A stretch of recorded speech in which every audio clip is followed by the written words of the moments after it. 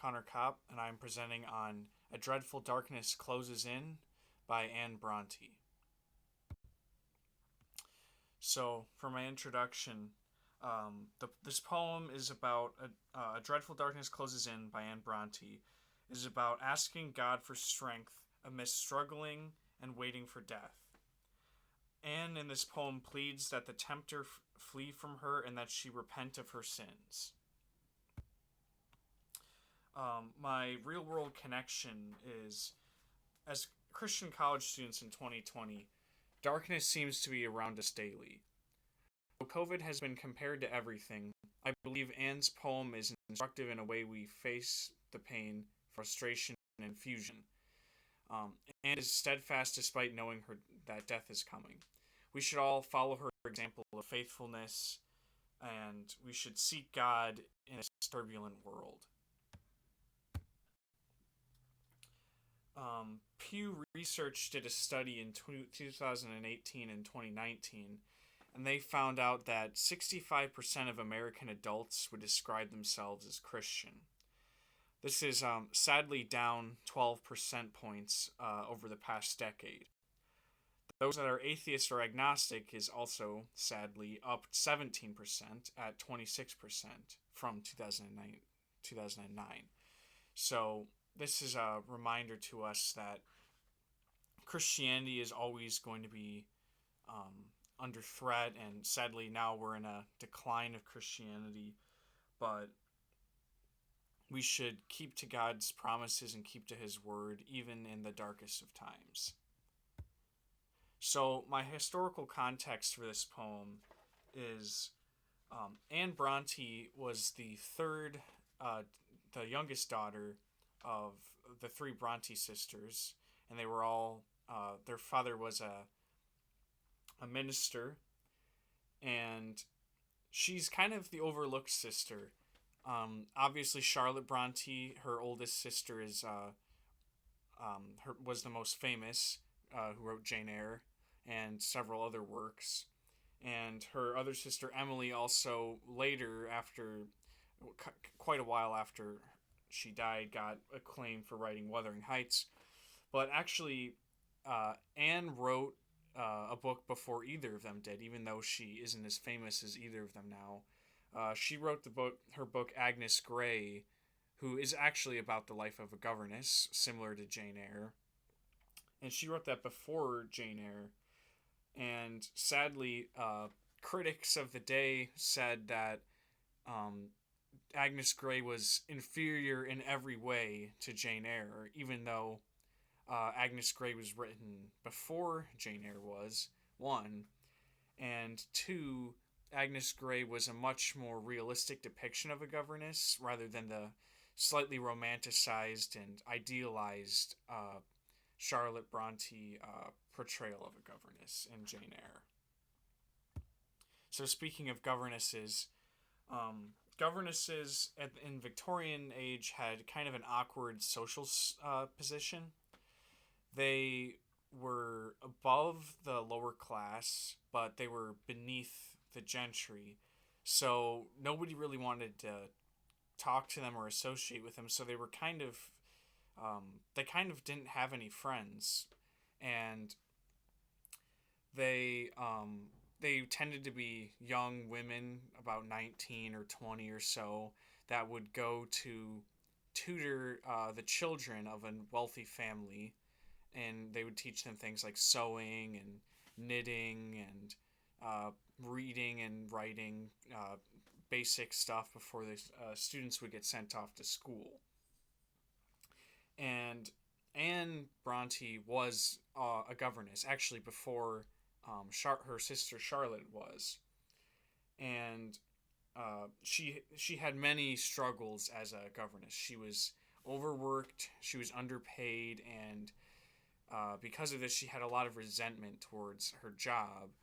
And in this poem, we see her repenting of her many sins, and it isn't hard to imagine that she probably was asking for forgiveness for the resentment she showed towards this job that God had given her.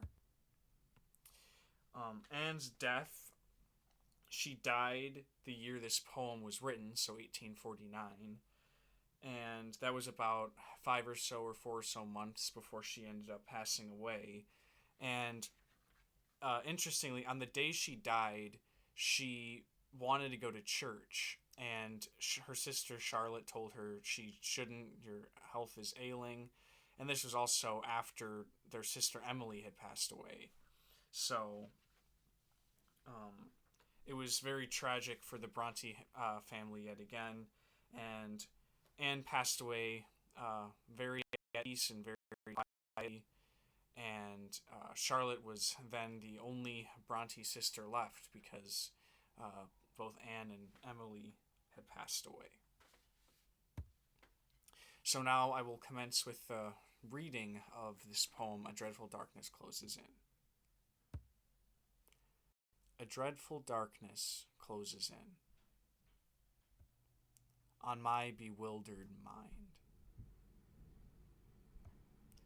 Oh, let me suffer and not sin, to be tortured yet resigned.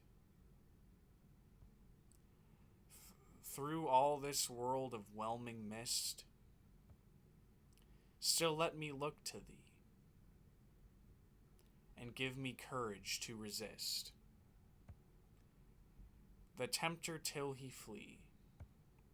Weary I am, oh give me strength, and leave me not too faint. Say thou wilt comfort me at length, and pity my complaint. I've begged to serve thee heart and soul, to sacrifice to thee no niggard portion but the whole of my identity. I hoped amid the brave and strong my portioned task might lie, to toil amid the laboring throng with purpose pure and high. But thou hast fixed another part, and thou hast fixed it well. I said so with my bleeding heart when first the anguish fell. For thou hast taken my delight and hope of life away, and bid me watch the painful night and wait the weary day. The hope and delight were thine, I bless thee for their loan. I gave thee while I deemed them mine, too little thanks I own. Shall I with joy thy blessings share, and not endure their loss? Or hope the martyr's crown to wear, and cast away the cross?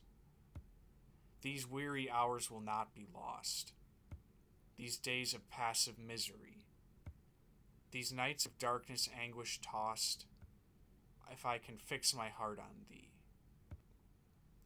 Weak and weary though I lie, crushed with sorrow, worn with pain, still I may lift to heaven mine eye, and strive and labor not in vain. That inward strife against the sins that ever wait on suffering, to watch and strike where first begins each ill that would corruption bring, that secret labor to sustain with humble patience every blow, to gather fortitude from pain, and hope and holiness from woe. Thus let me serve thee from my heart, whatever be my written fate, whether thus early to depart, or yet a while to wait. Thou shouldest bring me back to life, more humbled should I be, more wise, more strengthened for this strife, more apt to lean on thee. Should death be standing at the gate, thus should I keep my vow. But Lord, whate'er my future fate, so let me serve thee now.